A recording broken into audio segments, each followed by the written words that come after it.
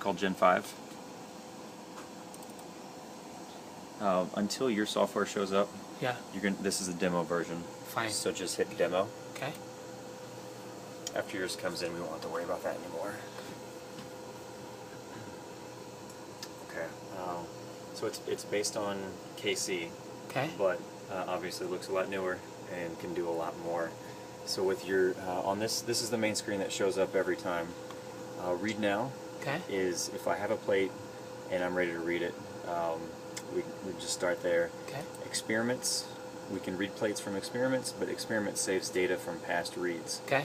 So if you guys do the same thing all the time, you'll see these experiments saved here. Meaning the fluorescence and the emission. That's Exactly. what you mean. I see. Yep. Okay. Protocols, if you're in protocols, you don't have to have the reader on.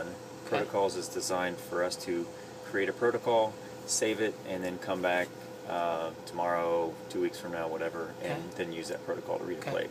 Okay. So, okay, so to create a new protocol, you go to protocol. Protocol or any one of these, you can do a new protocol. Okay. But protocols is designed for you to set it up without having to turn the reader on. I see. Yeah. I see. So okay. we give you 5 licenses of software. Okay. So if you want to put it on a laptop and build a protocol at home, you could do that and then come back and plug it in. Okay. Yeah. But I will start in experiments, and then we'll create a new one. Mm-hmm. Do you guys ever have protocols where you have one plate with standards on it, and you have more than multiple plates with samples, or do you just have one? So the terasakis are small. So for a terasaki, we'll have like 6 plates. Okay. So we slap one on, read it, remove, put a next one on, read it, remove. And does each one of them have standards on it, or does it just the first one have? Oh, yeah, no standards. No standards? No standards, no. Okay. No standards. What are your... This is cytotoxicity assay. Cytotoxicity? Yeah. Okay. So it's not like a dilution or anything like that. Okay, so I guess how do you... what do you do with your data when you get the Excel. RFUs? So we import it to Excel immediately. Okay. And we have built-in controls, but that's for us to deal with. It's not like a serial dilution where we need the computer to do it for us. Okay. You see so what I mean? you're content just exporting to Excel and doing all your calculations there? Yeah. Okay. So we won't worry about this. So everything in Gen 5 moves in a very stepwise fashion. Okay. So we start with procedure. Okay. And this is where we create our read steps. Okay. First thing you want to do is come over here in the plate library. Okay. Is yours a 48? Is that what you said? No, ours is a 12. A 12? No, wait a minute. 60. 90s. 60. 60? Yeah, right? It's right there. Isn't it 10 or is it 12? 72 or 60? 72, I think. It is 60. 1, 2, 3, 4, 5, 6, 7, 8, 9, 10. Yep. Yeah, 6 by 10. The 72 is the 10 microliter. Oh, okay. Okay, so 60. All right. So that's step 1. Okay. Step 2, create our read step. And do you just do an endpoint read? Yes. Okay. Endpoint meaning just one read. One read and you're done. That's it. Yep. Click on this, please. An area scan is, it's, let's see if I can picture. You have room. I should, yeah. Okay. Area scan is kind of like using the plate reader as a step down from an imager. Oh, I see. It gives you kind of a heat map, shows you Yeah, where I your gotcha. samples are. Yeah, we're not interested. Okay. Yeah. Yeah, we started putting imagers built into our plate readers, so Okay. area scan is completely obsolete now. Okay. So we'll stick with endpoint. Right here, because I want to give you the correct emission citation. Okay. Kayla, are you on this? Can I get on this? Or Sure. Do you know what floor you're using? It's either a blue. Calcine AM. Does it have calcine AM in there? We have I think it's 485. so it's a green. 4520. Okay. Like a It's a greenish color. green. yeah. Okay. Yeah. Huh? You can pause if you need to. Can you pause on these things? I don't think so. I'll come and start a new video. Yeah, exactly. If it's in the green zone, then we're good to go. You don't have to look it up. Okay. Yeah. It's a bit green. Yeah. So you have a filter-based reader, and you only have 2 sets of filters in there. Okay. So 485, 520. That sounds right. Bottom read. Yep. Okay. And gain is our sensitivity Yeah, setting. we're familiar with that. So come in here, do an auto gain, and it'll it'll scan your high wells, scan your low wells. Where do your high wells normally sit? Do you know? On top. There. Oh, you mean no? The most cytotoxicity. Usually it's the target, so it's 6. Okay. So we'll give it. But 2. they're also like it's gonna be this way down, right? Because it's ET ratios. Yeah. So usually it's like 20 to 1, 20,000 to 1, 10,000 to 1. So this way, and this is target alone usually. So target alone is the highest. But David, I don't want you to automatically set that. But you can show me what you Because would it could do. be dependent on Yeah, who it does depends what. exactly. Yeah, and you can come back here and change it. So we'll just leave that well for now, just for our training purposes. Okay. And so this for our purposes, this is going to be the highest well. We know that's going to give us the most fluorescence. So I'll say okay. And after that, you tell it what you want the value to be. I forget what the 800. We'll type in a number. It'll probably give us an error message, but we'll figure it out. Okay, so that's cool. What does that mean? That means that the high well is going to scale. It's going to scale that high well to 80,000 fluorescent units. So that'd be the ceiling. Yep. And everything else will be the floor under. Exactly. I see. What if you don't want a ceiling? What if you just want it to? Can we like read it as is, then decide? You can. So you can kill the auto gain. Okay. And then just leave the gain at 35. Fine. Okay. And read it there. See what your numbers look like. Okay.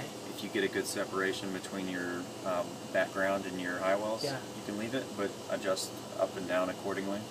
Let me ask you another question. If the gain, if the highest well, let's say, is 15,000, do you recommend we set that as the ceiling, or not necessarily? Or would you go 5,000 above that, 10,000 above that?